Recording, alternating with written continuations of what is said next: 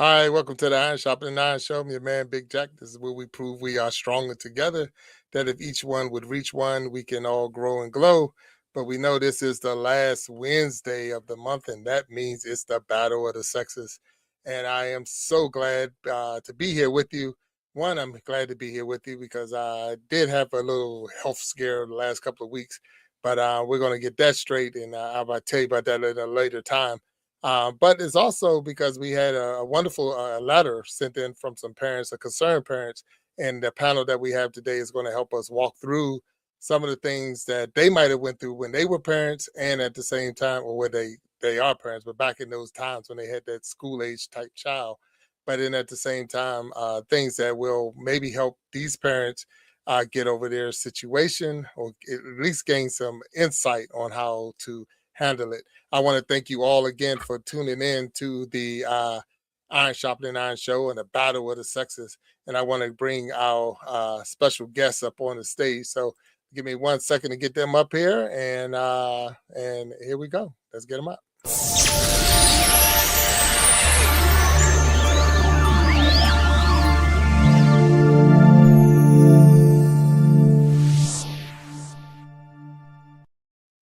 Oh, there they are. Everybody's up on the stage. Hey, how y'all doing? Hey, Good. everybody. All good. So it's like what's that? What was that show? Hollywood Brady Bunch. Hollywood Squares. Yeah, Hollywood Brady Squares. Bunch would work too. Hollywood Squares. So I'm gonna move That's some it. people around. Let's get some people moved around, and let me so I can see y'all. And there we go. So that better?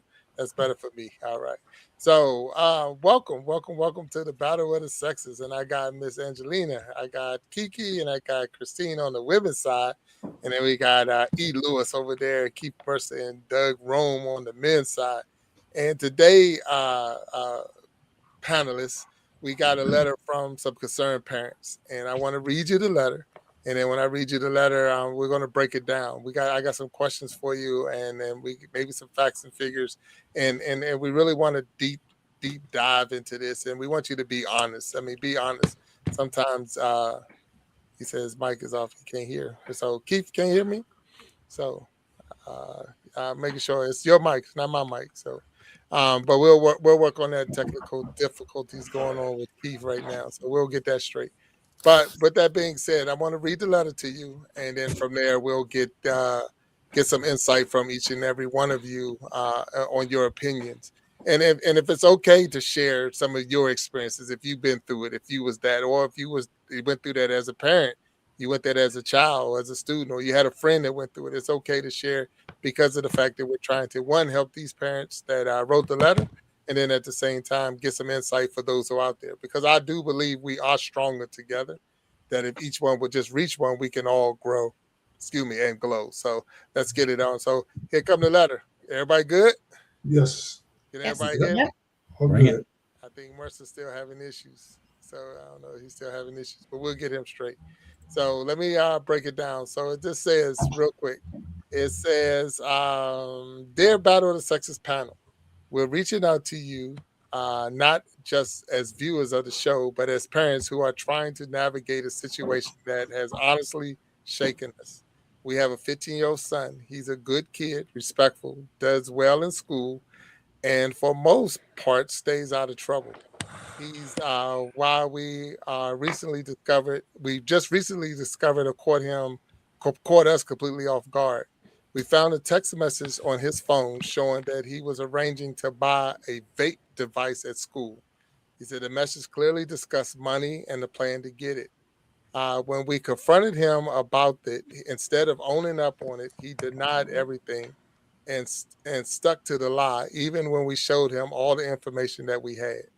Uh, and that was where we struggled the most. Of course, we're concerned about the vaping itself, the health risk and the influences and the environment. But even deeper than that, we're hurt. Even deeper than that, we're hurt uh, and confused by the dishonesty.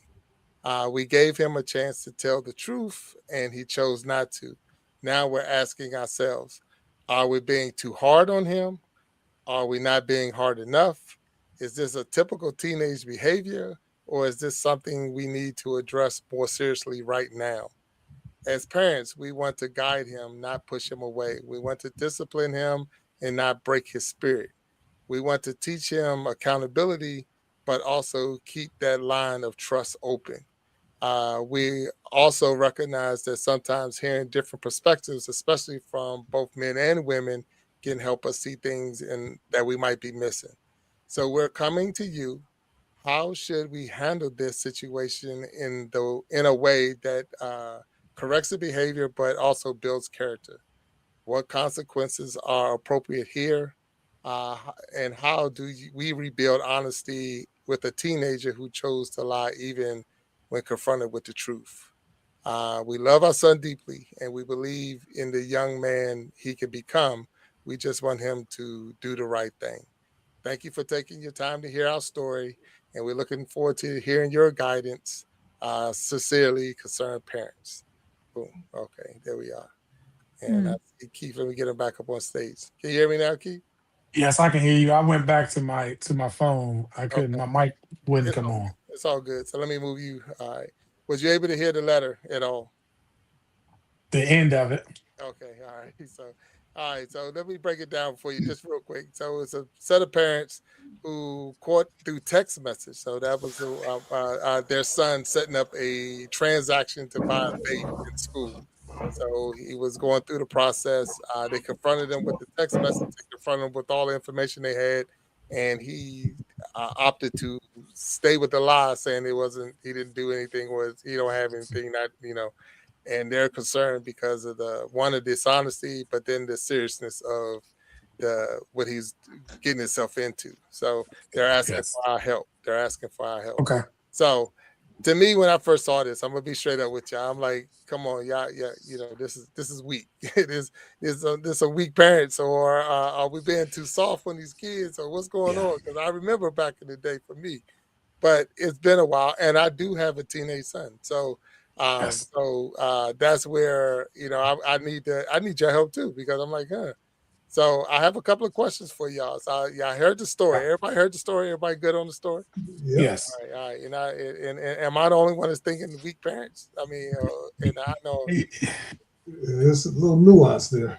Okay. All right. Well, no, you're not. That's not weak parents. I'll give you an example because I'm actually in the schools and in middle schools and high schools, and that's actually a big thing right now. Mhm. That's actually a big thing on a couple of sides. Number one, it's a big thing because students are actually doing this, and even like in the school I'm in, they had a really sophisticated process too of what they was doing, and then half of it too was bullying. That's a part of bullying now too. If you're not in the in crowd, then you need to do this for the bully, and selling vapes, and that was something that the bully was actually doing. So that's like a new age bullying, something that we didn't even go through. No, this is, especially in the schools out here, I know that is a big deal. Okay. No, I appreciate your perspective on that because sometimes we don't know because you didn't experience. I mean, when I was coming through school, if you caught someone smoking in the bathroom, a cigarette in the bathroom or whatever, that was like like Yeah, a no, and that's real. yeah, So here it's still smoking, but it's like it's almost like it's not real because the yeah. flavors that they put out there is like the bubble gum and watermelon and strawberry and this and that. So to the kids, it's not real. It's like it's just candy, Yes. and it's a $25 pop of candy because I did look that up. How much does a vape cost? And one of them I saw was $25. So you're looking at a kid that is a teenager, may not have $25 or whatever. Where do you get the money to get the vape? I know it's illegal. I did look that up. It's illegal for a kid to under 18 to actually buy a vape from people. So Oh, now, your mic's cutting out. I'm like, Yeah. all right, so under 18, it's illegal to buy it. So with that being said, how are they getting it at 15? So that's another thing that we have. So I want to make sure I heard you because your mic is kind of low. But I want to go back to the question that you asked about the parents being weak. First of all, anybody that is a parent, we didn't come with instruction manuals about how to raise kids. So please, I am not being judgmental. But I think that we have a responsibility as parents to discipline our child. But we also have to know who our children are. That's not the first time that he lied, first and foremost, because most of the time, no matter what age your children are, if they feel comfortable enough, they'll come and talk to you, regardless if they're ready to feel the backlash of what's going on. In regards to that, so I'm not calling the parents weak, but I think that they have to have take on ownership or responsibility of saying that they are the parent and they must parent their child. If it's illegal, you got to address it, but first of all, you got to address the lying. And 9 times out of 10, the child already learned lying from the parent. Because I know we learned lying from our parent when the bill collectors were calling and we said that you're not at home. And I'm using that to be facetious, but that's where we learned our style to be like, oh, we know if we get in trouble, we want to hide the truth. So in regards to that, and then you talked about children, how they pay for stuff. Kids will find ways to pay for anything, just like adults. We will find ways to get what we want when we want. That's bottom line. Sometimes they'll go to grandparents, and now our grandparents are 40 years old, so they just give it to them. They're no longer the 80-year-old grandparents or whatever, but kids will find whatever they do. They will borrow, they'll make their hustle just to be able to have some experience in that. Okay. All right. No, very good points. Now, can you hear me now? Am I? Yeah, you're good. You're good. All right. So Yes. thank you. Thank you for letting me know that I was coming in low. So with that being said, and I see you got, very good perspectives. I mean, really, I know lying was second nature when I was that age at 15 years old. I mean, it don't even have to be 15 years old. You 6 years old, you told a story, hey, whatever. And we can call them little types of lies, big lies or whatever. But Right. if I open my mouth, it was a lie, So so I understand that. So here's a question though: when a teenager is caught vaping in school, is it a bigger issue? Is the bigger issue the act itself, or the fact that he lied when he was confronted? So it didn't say in the letter that he was caught. It was just saying that he was going through the process and they caught it. I don't believe that this was the first time because they had the way the transaction was going down. But at the same time, I think where the parents was coming at is they confronted him with all the facts that they had, and he still, stood his ground on it's not, it didn't happen. So, so is it the vaping itself? So if any one of you had your kid in this situation, are you okay with them being experimental? As long as they, be honest with you about it. So I'm just asking as parents. For me, no, I'm not okay with them being experimental. And I'm so far removed from this. I've tried drugs myself, back in the day when I was young. But no, I'm not okay with the experimenting. But I'm more disappointed with the lying. I'm more disappointed because of this. It would seem to me like they don't trust me. They wouldn't. The lines of communication have been blurred or something. And that's the number one thing with children, in my opinion, is that we want to be able to keep those lines of communication open and that child can come and talk to us about anything. We know that's not going to always happen, but we do want them to feel comfortable talking to us. But to me, the lying part is the worst part, but it's not unexpected. I mean, this is there's so many layers to this thing because there's so much going on with these children nowadays. A lot more than when I was younger, and that's been a while. But there's so much more.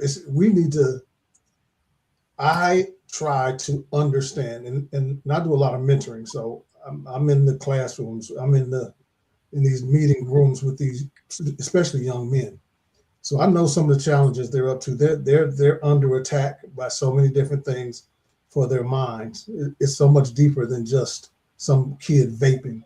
But yeah, the lying part would be the most disappointing and discouraging part, that they felt like they had to lie to me as their parent, someone that they knows love them, right? For one, they should know that, but that to me, that's a little more disappointing. Yeah, that's a really good point too, along with Keith's perspective that there's bullying and things going on. Like if the parents presented all of the facts with the kid and the kid is still blatantly lying, I get really curious. Like, who are they protecting? Or are they trying to protect themselves? You know, and like I was raised, I couldn't lie to my dad. Like he could just look at me and be like, Christine, tell me the truth. And okay, Daddy, I did it. But and he always said like he was a fair judge, and if you would tell the truth right out the gate, he would go a lot easier on you. So, and he proved that over the years. So by the time I was 15, you know, it was all, the groove and the record was already set. So yeah, like that disappointment word, I'm leaning towards curious. Like, I'm really curious what is going on that you feel the need to lie when we're showing you all of this stuff right here. So, yeah, I do think that there's a bigger picture that needs to be recognized there. And vaping, I was very against vaping with my kid growing up because there's nicotine in it and there's chemicals that go straight into the lungs. And I just to be honest, I was okay with weed and I was not okay with vaping. Right. Wow. So, but that was also that a communication in that relationship. And I was a single mom. Like, you come to me, you be honest. And when there was that leeway with the weed, when it came to cocaine or LSD, then it was an open discussion. Let's look at it. Let's research it. What are the side effects? What can go wrong? If you get caught, what happens? We did all that research together and decided, no, it's not worth the risk. And so I was teaching calculated risk along with experimentation, because the kid's gonna experiment. And if we say, no, you can't do it, you can't do anything, and then we're blocking off that line of communication because they feel like they can't come to us and trust our reaction. Oh, no, thank you. Angela, it looked like you had something on your mind. I do. When I was, I work in child welfare. So I work with children that do get caught vaping and other things, but it is normative adolescent risk taking. I mean, it can be experimental, it could be social, it could be curiosity driving that behavior. I mean, there's influences of peers and their groups. And a lot of it for our kids that I work with is just belonging, because they feel already abandoned, or they have attachment disruptions. So they just want to belong. And so they're going to do anything they can to fit in. And if that includes vaping, well, they're going to do it. And it could be something else. Like Christina said, I mean, they're going to do it. And I mean, I've raised 3 kids and they're all young adults now, but they're not going to tell you everything. It doesn't matter how good your communication is or what your discipline style is. They're not going to tell you everything. And it's a parent's job to equip them with the knowledge and the understanding of what's out there, the outcomes of it if they do get caught. And also be there just to catch them when they fall, because we all know as parents, they're going to fall. They're going to need us. Yeah, no, that's a very good point that you're making. They're not going to tell you everything. You already know that.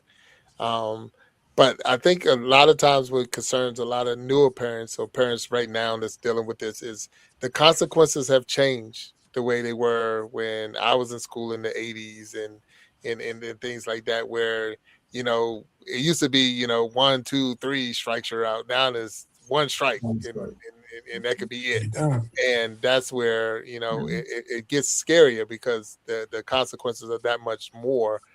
And that's, I think, you know, where a lot of people run into that right there. But very good points that you all made. And Doug, I didn't hear from you, so I'm gonna drop it on you. So what's going on with you, sir? So, I think this negative can definitely be turned more towards the positive, to first establish that communication rapport with your child and just let them know that we've all been there and done that and made mistakes. But, when you be in those situations, we'd rather you be upfront and tell us what's going on as opposed to lying to us and then trying all these other things and then eventually try something that's could be an ultimate bad choice. But it's really, really scary. Where I live, vape shops are everywhere. And there's even one, I don't know how it got zoned that way, that's not even probably 500 yards from a high school, right? And it just seems like the proximity of it.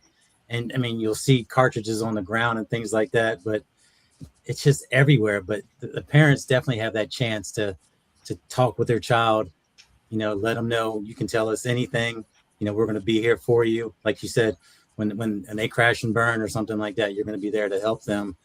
But also just, care for them as best you can. Because like, what are you going to do? You're going to take away their phone. You're going to make them go outside and play. I mean, like, what are you going to do as a repercussion of that? So Yeah. Now it's funny you said that, Doug, because in the chat someone says, "Do we make them like suck on a vape like we used to do back in the day? Make you smoke a pack of cigarettes and get it out your system?" So what is the consequence? Themselves, Lord Jesus. Right. So but like you said, it probably tastes so much better nowadays, right? Yeah. And with that popcorn lung and everything, those chemicals and everything are going straight into your lungs. At least with a cigarette, at least you might puff and just blow it kind of out. And I know that the vape may come out through your nose. I don't know, but yeah, it's like it's candy. It's crazy. And the thing is, I'm saying I've seen kids do it, adults do it, or whatever. I've seen people at work do it, and they know they shouldn't be doing it inside either. But at the same time, they make it look kind of cool. I mean, all the smoke coming up out of them, and it's like, they like having fun over there. So I can see where getting turned on as far as a kid seeing that, like, oh, I want to be like that, When I first seen a person blow smoke rings when I was younger, I'm like, well, that's like the coolest person out there. So I can only imagine. So here's a question for you. Now, are fathers more leaning towards discipline where mothers lean toward understanding? So I'm asking for now. So, but I heard all of y'all say y'all want to get a better understanding. So that threw my little question off with, because I'm like, no one was like just come down on this person. Everybody was more getting a better understanding. So is it a man thing where it's all about the discipline, where the women want understanding, or is it vice versa? What? It depends on the couple. There it is. Yeah. Say that again, Christine. Wait a minute. Go ahead. I'm sorry. Go ahead. Christine, say what? Say first. It depends on the couple. I know both. I know couples where the mother is extreme disciplinarian and the father is extremely lenient. It depends on the couple. Yeah. Let's just hope there's one of each. Okay, now I can respect that. So, and Kiki, you gave yourself a point. You said it was you. Yeah, I just think it really depends on. First of all, I don't know if the conversation has been had. Like we always have. I mean, in our generation, our talk was just more so about doing drugs. This is your brain on drugs, and you had the fried eggs, or you talked about postponing sexual involvement. Those were the conversations that were had in the household. So if it did occur, we got in trouble. So the question is, I don't know about these parents. Have they talked to their son about vaping? Do they even know about vaping? And then that really determines who's going to be the disciplinarian in that whole thing. I know for me, I'm the disciplinarian because I know I have those type of conversations, and her father was just like, well, let's just try to figure this out. Now, I don't have time to figure this out because I've already talked to you about the consequences. And now if something happens to you, guess what? It comes back on me. Now there's more money going out the house. And then the lion is what takes me over the edge. So I, like Christine said, it's really about what the situation is and how the parents are wired. That's good. And I want to add to that, because one of the things I had to realize is that I had to get over this illusion of control. I never had control. I thought I did, never had control of my children. They've always made choices. And I can remember one incident with my daughter. She came home. Well, I talked to her on the phone. She said, "Dad, you're gonna be mad at me because of something I did." And I said, "Okay. You already knew I was gonna be mad at you. You did it anyway, so that's it." So you know what I'm saying? So we have to realize, I had to realize early on that, look, man, you don't have control of these kids.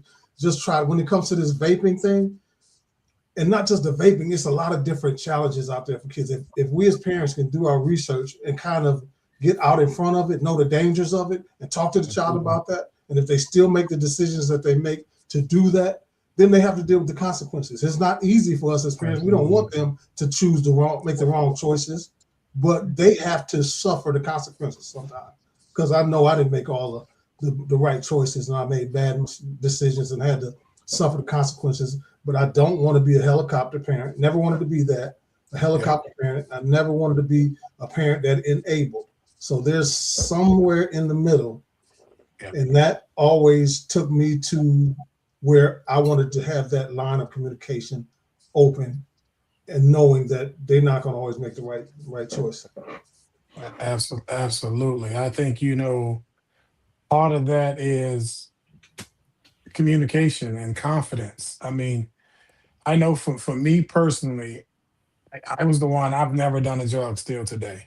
Good for you. I was able to have that discipline to say no because I knew the effects of it, A, and B, I didn't want to face my dad.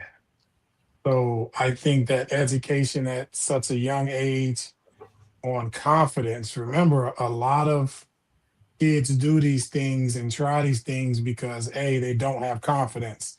They're not able to lead themselves. They're looking for outside influences to belong to be a part of. All we can do as parents is educate them on and give them options. Then the choice is up to them, and hopefully they'll make the right decisions. But it comes down to confidence, and how can we help them grow their personal agencies? Because as soon as we can get them confident, then they can move on to the next stage of life. But it comes down to confidence. And one of the things I tell my daughter, listen, no is a whole sentence. No is not up for discussion, right? Being able to just say no and move on. And that's how I approach it with a lot of the kids that's in my school. I know, man, I have kids walking around with an empty vape just to be cool. Yeah, right. You know what I mean? But we still got to educate them and try to develop those personal agencies, that confidence before the bullying get in, before the peer pressure kind of kicks in. We want to be able to give them options. And look, and keep those are good points that you made. And Angela, go ahead. I see your hand. Yeah, I kind of want to piggyback off of what Keith is implying here, because there is an underlining meaning behind the behavior. So vaping is just a symptom to something that is needing to be met. So Keith mentioned confidence, but it could be like some of the common things that kids vape for is because they're seeking to regulate their nervous system, or like Keith mentioned, like peer belonging. Maybe they're looking for some type of control in their life, or even escaping some of the things that, emotional pain or triggers or something like that. So there's an underlining meaning behind the vape. So it's not like, why are you vaping, but more of a, what need is this behavior meeting? What is this trying to tell us? And so just kind of listening to everybody speak, a lot of what I'm hearing is the relationship between parent and child is what's important. So if you have a relationship, you're going to be able to communicate with each other, to a degree, but education is a big part of that. So not only as a parent, be educated, but also being able to educate your child in that manner of what they're doing and things like that. But it's normal for them to be curious. So allowing your kids to be curious, but as a parent, set the boundaries, because you can do that. That's where you have the control. You can set those boundaries and make them very clear in, where the limits are. So I know Christine mentioned I was okay with marijuana, but I wasn't okay with vaping. So like but it gave them an opportunity to talk about other things as they started to be introduced to those situations. No, no, all very good points, and I appreciate all of your insights on that. And my question was, or is right now, did Just Say No helped you when you in that age bracket, and Just Say No was the motto?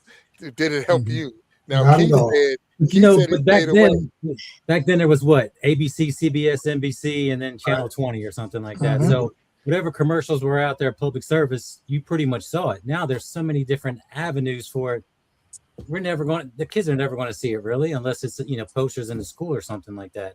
Hmm. But I guess it was a little still scary. And a little bit later, like with Len Bias, Yeah. his first time, and all of a sudden he dies cardiac arrest. So from where we grew up in PG County, we definitely saw too many people that were on the negative side of trying something, far too many times. No. Allegedly, Doug. Allegedly. Allegedly. Yeah, I know another version of that.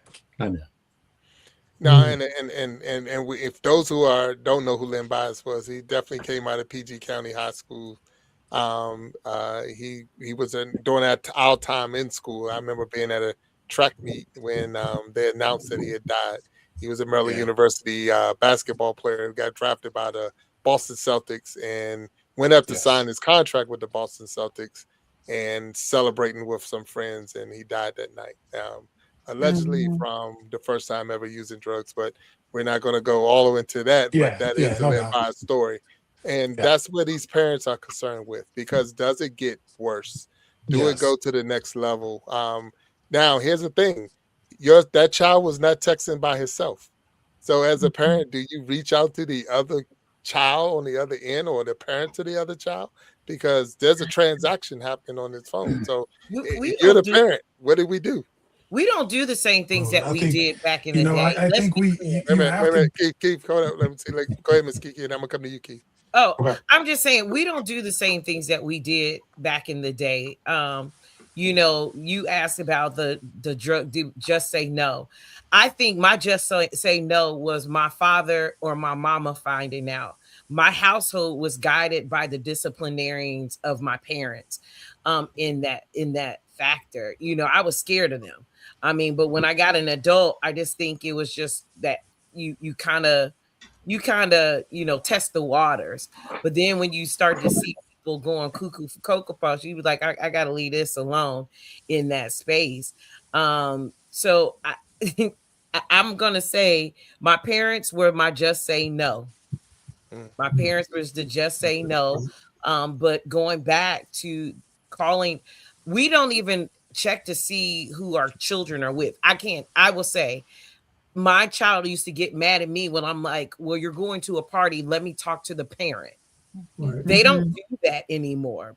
I know I know my daughter's almost 30, but even when she was 18, like, who are you riding with?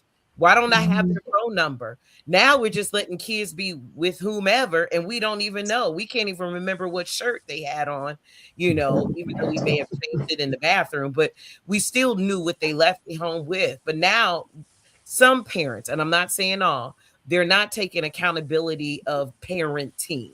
Too many parents. Yeah, and really taking responsibility and say, I have to look out for my child. Don't you want to know where your child is? Because anything can happen. It could be a situation that transpired, and you be like, I don't know who my child was with. That's ridiculous to me. That's for me. Yeah, my kid is 30, so. And Kiki, I want to say something because you mentioned that, and the way you said it was, do y'all remember the TV? It's 10 o'clock. Do you know where your kids are? Do you know where your kids are? Or the more we actually went off, didn't it? Here, what did we have? We had the more you know, the more you grow, or this is your brain on drugs. We had things to always keep us in remembrance of what not to do. Especially the crack epidemic. I remember when we sat and watched President Reagan talk about the crack epidemic, and I'm like, what? But my parents made us watch that type of stuff. So, okay, all right. Angelia, you got something up there? Well, I think too, like for me, growing up, I just that whole this is your brain, with the egg, and then this is your brain on drugs. Like that scared me as a child growing up, and I was like, I do not want to fry my brain at all. So I didn't. I was but I also grew up in a home where there was harsh discipline too. So I didn't want to face that either. Not to say that I didn't sneak around it, and as long as I didn't get caught, Amen. there was no punishment. So I mean, you parenting and punishment, discipline, like there is a finesse to it because too much of it can teach them how to be sneaky, how to get away with things. If I don't get caught, then you don't know, and all those those things. So I think it really is. My concern is the lying because that could be a red flag. That could be a red flag in it leading into something more problematic. Whether that's addiction or something mental health or something like that. So, I mean, just increasing structure and supervision, I think that helps guide some of that, but staying connected, even if the child is trying to push the parents away, staying connected, and the messaging behind it needs to be, I'm worried about you. Like, I'm not worried about the vaping. I'm worried about what's going on with you. Let's talk. No, I love that. Yeah. Yeah, that's a great point. Yeah. Excuse me. And it takes a lot of time and energy to stay Mhm. connected and to build that Yes. structure. And and you work all day and you got to run the other kids to the sports. And I mean, it's a lot. I raised one and it was a lot. I can't imagine 2, 3, 4 kids. Like, what? How are you doing that? It's just, you got to make priorities and invest in your kids. Yeah. Okay, so now they're dealing with a 15-year-old. So what's the cutoff? When is they, we gotta let them be a grown up or let them grow and all. So I know we'd say we gotta have that conversation. They're gonna be experimental, they're gonna do this. I don't like the lying. Matter of fact, that even came up in the comment, and my man Walt Talks is out there. Aqua Funk, we thank you. Sharon Jackson and Denise Jackson, thank you for welcoming me back. Thank you. I am glad to be here on the show. And those, Miss Patty, and thank you for those who are watching and supporting. But what is the cutoff? What is the cutoff? Is 15 too much? Or, I mean, when I look, Big Jack wasn't no little Jack when it was 15 either. So you're not going to just run up on me. so you can talk all that discipline, but I was 230 at 15. So I'm just letting you know right now. So it was a walking muscle. So how do you combat that as a parent? I mean, I respect my mom. Not at 15, at 3. You start that at 2 and 3 years old. Okay. You put the fear of God in them at 2. Like my kid knew, like I was just a little touch crazy. Just a little touch. Like just enough Not a touch. to be scary. Just enough to be scary. If I had more than one, I might have had to be worse. You know what was crazy for me as a kid? I was more scared of my coaches than anything else. I was scared of disappointing them, so that I couldn't start a basketball game, or I couldn't play baseball, or I couldn't go to practice or something like that, and then had to deal with the parents after that. So I was always scared about the repercussions of doing anything, not being able to do what I love to do. And that's where maybe you have to think about, taking away some of the things that they enjoy doing, just to continue that conversation or start conversation about things, so that way you don't find out later. When I got to this age, shows it takes a village, right? But when I got to this age, that 14, 15, that was my punishment. My mom be like, you can't go to the game. And that was I would hand her belts, and anything else, whoop me, get it over with so I can go to the game. Yeah, exactly. Do that, get it over with.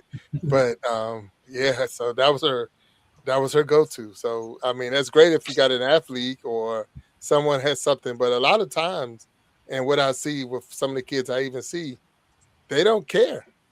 It's like, you can't take nothing from me because, oh well, take my phone, I go to my tablet. Take my tablet, I go to this.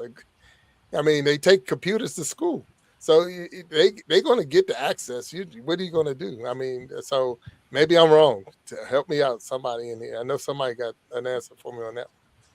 Angelique, go ahead. I see it. Yeah, so I'm just gonna say it really boils down to the relationship you have with your child, because your relationship is what gives you the influence over what they do.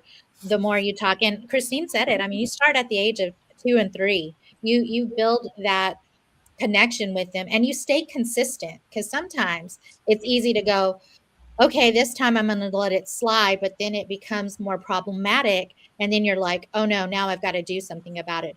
No, you need to stay consistent through it all. And again, just being clear about what's acceptable in your home and what's not acceptable, and then giving the why behind it, because I like to know why. I know our kids like to know why, not just the I said so. Oh, you didn't grow up in my house. My house. Oh, I probably did. Yeah, probably did. Yeah. Why? I wish I would say why. I know that's I right. have my mouth washed out with soap when I question. So Oh, gotcha. So now, because of the discipline, did it meet the charge, and that why sometimes kids won't confess because of the fact that we were a little too hard? And like, dang, all I said was no and why, and I got tore up. So I know I ain't gonna tell you I vaped or did anything else. So what about that as parents? Was that a I know the fear of God, but would that cause me to tell a lie? Yes, I 100%. I would lie about it. So I guess it could go the other way. But I think I want to go back to something Kiki said a little earlier. Like when kids are lying, they learned it from somewhere. They learned it. They learned it from somewhere. What are we modeling for these kids? Not just that do as I say, not as I do. That does not work. We got to get past that. That doesn't work. So there's so much to this. Like I had to stop saying these kids are bad. These kids are bad. No, a lot of times it's the parenting is bad. A lot of times the parenting is like Christine said. I think that was Christine about you have to pay attention to your kids. You have to pay attention. You can't, if we working 2 jobs to make ends meet, guess what? We need to move somewhere else where we can afford it, where it's more affordable or something. Because the kids are worth it. We see the challenges the kids have right now. But at the same time, us as parents, we're in unfamiliar territory too.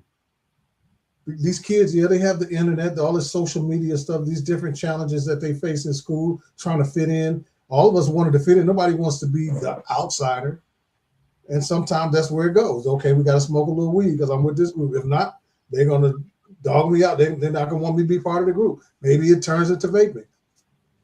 And gateway drug, that's a real thing. Some kids start off with the weed. They start off with the pills. They start off with the cigarettes. Then they go, next thing you know, they're doing cocaine. They're doing, but the parenting, like I said, we do have to model that behavior. They're watching us, and we just got to hope and pray for the best. Now, and thank you on that, Eric. And I know Miss Kiki made the comment, we do not come with instruction manual on how to be a parent. So that makes it a little tough too. Here's a question though. Do we or have we over the years set it up for kids to make the mistakes or go the route that they go? Because I remember when marijuana was illegal and all I kept hearing from everybody is how it should be legal.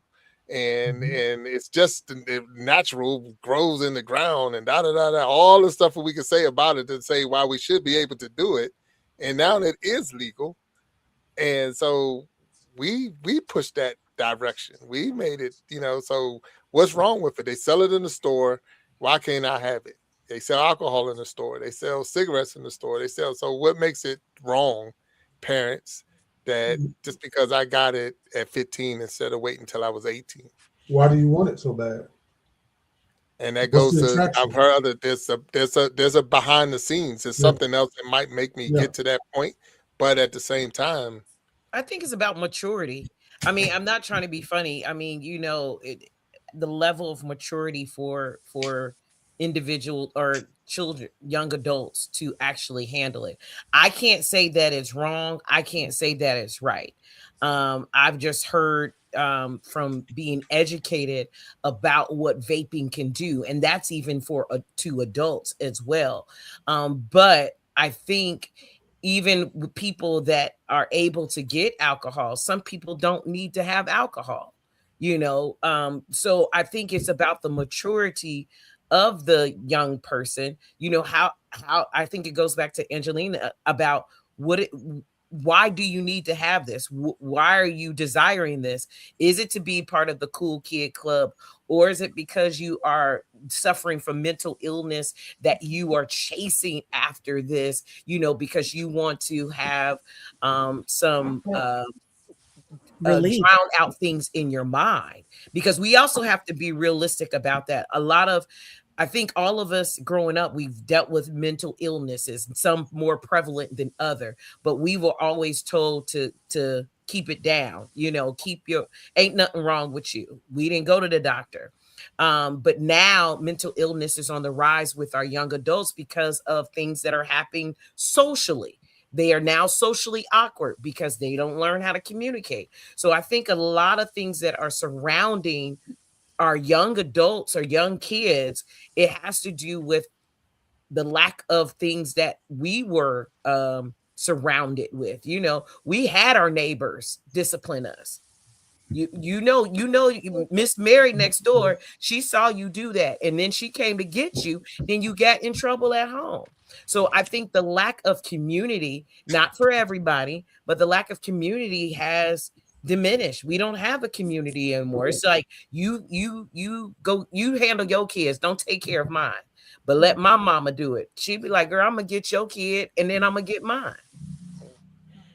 I like that, Kiki, because it isn't just a me problem, it is a we problem. Like we're in the schools, it's happening, it's happening with our young kids. I like that. Very good points. Now here's one for you. Now we getting on this kid for vaping, and I know a lot of you say you work in the schools, you're working with kids, you've seen this and all, but they send kids now to school with probably 3 or 4 different types of medication to get through the day.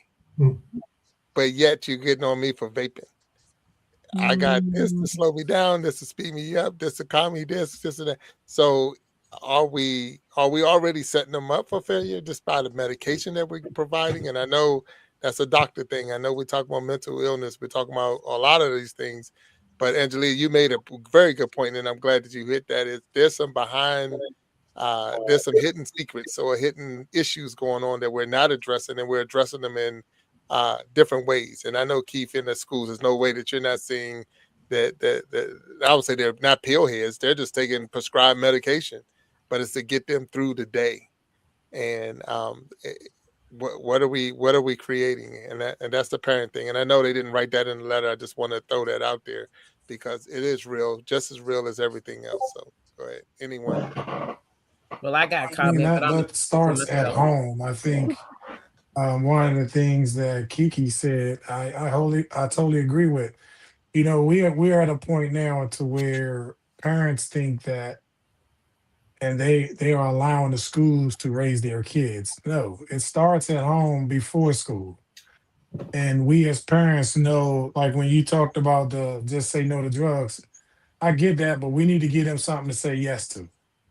We need to model some things. We need to help them at an early age develop some coping skills, develop some of these personal agencies so they're able to cope. We have to give them some options, whether that's, extracurricular activities. And, for us, it was at the church. But we got to give them options. We can't just say to them, well, okay, pills, let's just do pills, or, let's just do weed. No, how can we give them options? Because remember, we only have them until they're 18? So our job as a parent is to prepare them for this world. And that's those hard conversations. And even as a male African-American dad, I had to look in the mirror and dial back some of the things that we dealt with, as opposed to like my voice. Those are some of the things we got to give them some coping skills to be able to adjust. I had a coach that always said the great ones adjust. We can't allow our kids to just accept, hey, this is just the thing to do. No, I know this is wrong, so these are my options. I can move forward in a positive way. And I had parents that role modeled it for me. I mean, that's important because kids watching. We don't think they're watching, they're watching, right? And they're actually smarter than we was at this age. You know what I mean? So we just got to get to know your kids. I know my daughter's behavior, whether they had a good day or bad day. Get to know your kids and stop letting someone else raise them. You know what I mean? Raise your kids. Kiki, you said you was gonna hold off on this one, or what?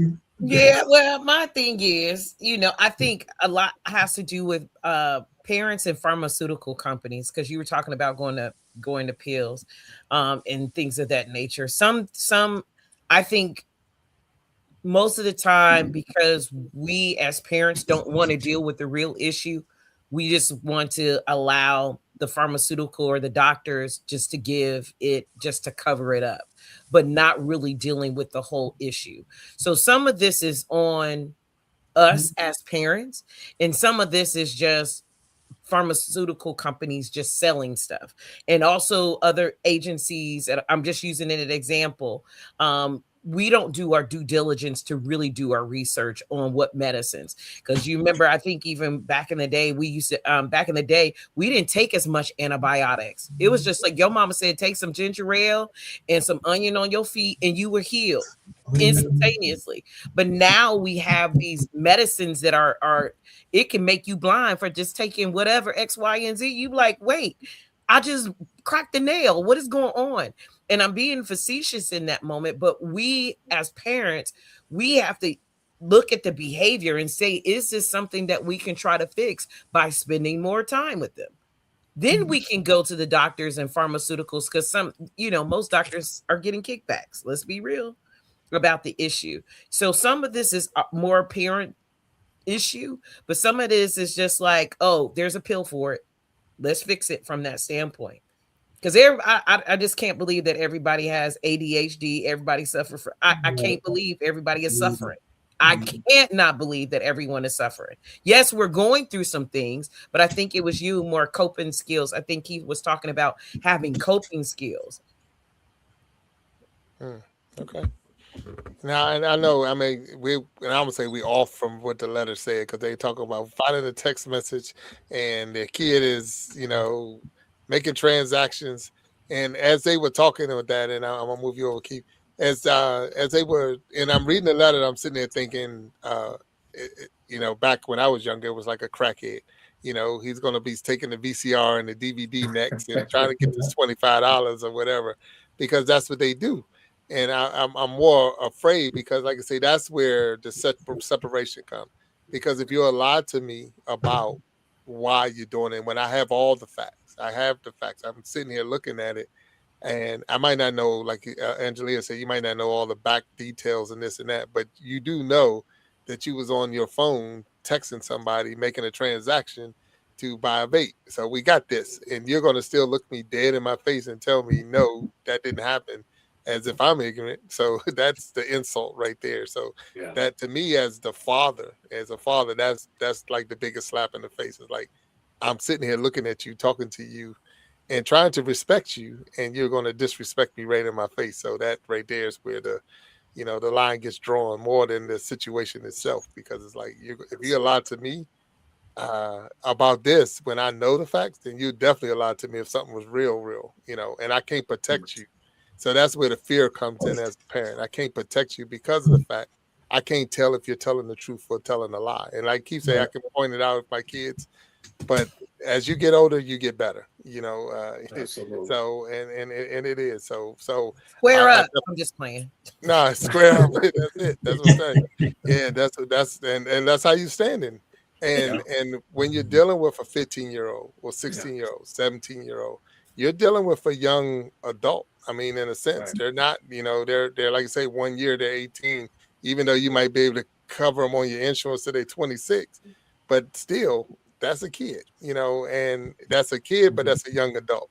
And when they're standing in front of you, it's almost like you can touch me if you want to, but you're gonna get in more trouble if you touch me than I am for doing what I did. So it's like all the stuff that runs through your mind as a parent. And I don't want these parents who wrote in the letter, and I'm hoping we can help them, and we did help them. Yes. I don't want them to be discouraged in the sense of thinking that all hope is lost. It is not. I mean, the fact that you're checking phones and all of that stuff is a good thing. Like I Yes. say, that's why I asked you, would you tell the other parent? Because of the fact that he wasn't on there by himself. He wasn't texting himself. So there's a transaction. It didn't even say who was making the transaction. Their son could be the one selling the vape. So that's something else we didn't catch. So I don't know. And then that's what Keith came in with the bullying, because someone else could be having you go in there selling this stuff to the school. So it's so many different things that we don't get and we don't know. But at the same time, that's what you're trying to we're trying to get across to the people. Say, hey, it's not over. Yes. Get a better, I'll say a better relationship, but have a stronger relationship with your kid. Get to know them, as Keith say. Give them an option that you don't have to vape. It's funny that we're talking about this because I'm 55 years old, so I'm 55. But youngster. Yes. But I remember being on a golf course with some of my golfing buddies, and they all smoke cigars. So if they hit a birdie, they pull a cigar out and they all smoking. But they won't let me smoke because I've never smoked a cigar. And man, don't even get down there. I'm 55 years old. So I'm like, but it's like, hey, I got a birdie too. I want to, but it's like, don't, like, dude, this ain't good friends. That's what first good of all, friends do. you're too big for us to carry you off this course. So when that cigar get to you, so I'm like, is it that bad? And because of that, just the way they break it down to me like that, I stay away from it, and I've never tried it. So that's, like I say, good friends, and I appreciate that. Yeah. So you're saying I'm a bad influence on you? Is that what you're saying? See, I didn't call nobody's name out. See, he does call himself out, right? Okay. You just play with bad golfers that never get birdies. You don't have to worry about smoking cigars. But that's like a little tradition thing. But with that being said, was they wouldn't let me do it. So sometimes the options, like Keith said, putting your kids in situations where they're with different influences. Sometimes it's just the influences they're around. I was able to find that on the field. I was able to find like-minded people who had a desire to get to the next level. So we found ourselves doing things to get to the next level. And sometimes that's what you just need to have your kid do. I don't have all the answers, and no one on this panel has all the answers, but I want to thank you all for being here and hanging out with me. I'm going to go step by step, and I'm going to start with Angelia and go around, and y'all can give one more message before we close out, because believe it or not, we're at the hour mark. So Angelia, please give us a closing statement, and we're going to go around before I lose my voice completely. So I would just for those parents that are listening, it's not about perfect parenting, it's about being present. Just be present, be there for your kids. All right, Kiki. I'm just saying, make sure that you just maintain in touch with your children, set boundaries. I think you mentioned about checking phones, check their phones, check their rooms, be very inquisitive, because they're not paying any bills. Nobody's doing it. You're not doing anything. So you have the right to go check that. And therefore the parameters have been set. Like, this is what's happening in my household. But stay encouraged as a person that has raised a daughter who is now 30. There's going to be good days and bad days, and days where you're just like, what did I do wrong? But the point is that the ability that they can make their own decision and come out on the other side, you did exactly what you needed to do. You never stop parenting, even with a 30-year-old. You never start. I'm 50 and my mom still parents me. Nice. Yeah. Christine. Yeah, my closing statement is just man, it's tough. It's really tough. It's tough to be a parent. It's tough to be a kid. And the truth will set you free, man. I would be on that like a dog on a bone, and I would not let go of it. Yes, right. Good stuff. All right. I'm going to go with you, Dougie. It's never too late, even to start the basic communications, even soft skills. So that way, like you said, do that discovery with your child, get to know them a lot better, let them get to know you a lot better, and just be truthful and honest with each other. Right. All right, I like that. Eric. Yeah, ditto to what everybody else said. One thing I would say to the parents is give yourself some grace. You're not going to be perfect. You are going to make mistakes with your kids. You're going to have regrets that you should have did it this way, you should have did it that way, or whatever. The lines of communication, that's the key. That's the key. And I would advise that you sit down with your children and find out, let them try to consider, think about what their purpose in life is. What is your purpose in life? Why you're here for a reason. You're not just here just to take up some air and make some money and do all these kind of things and then die. That's not why you're here. We all have a purpose. Get them thinking about what their purpose is. I heard this quote, and it's so timely, it's so accurate, and it's whenever a person doesn't know or understand their purpose, abuse is inevitable. And that's abuse is inevitable. That's it. All right, thank you. Keith, come on, sir. Hey, I love that. I got to follow that. I just think that for the parents, understand that there is no parent book. Do the best you can. Get to know your kids. Also, get to know your kids' friends. It's very important that you know what that environment is around them at all times. Set those boundaries and stand 10 toes down.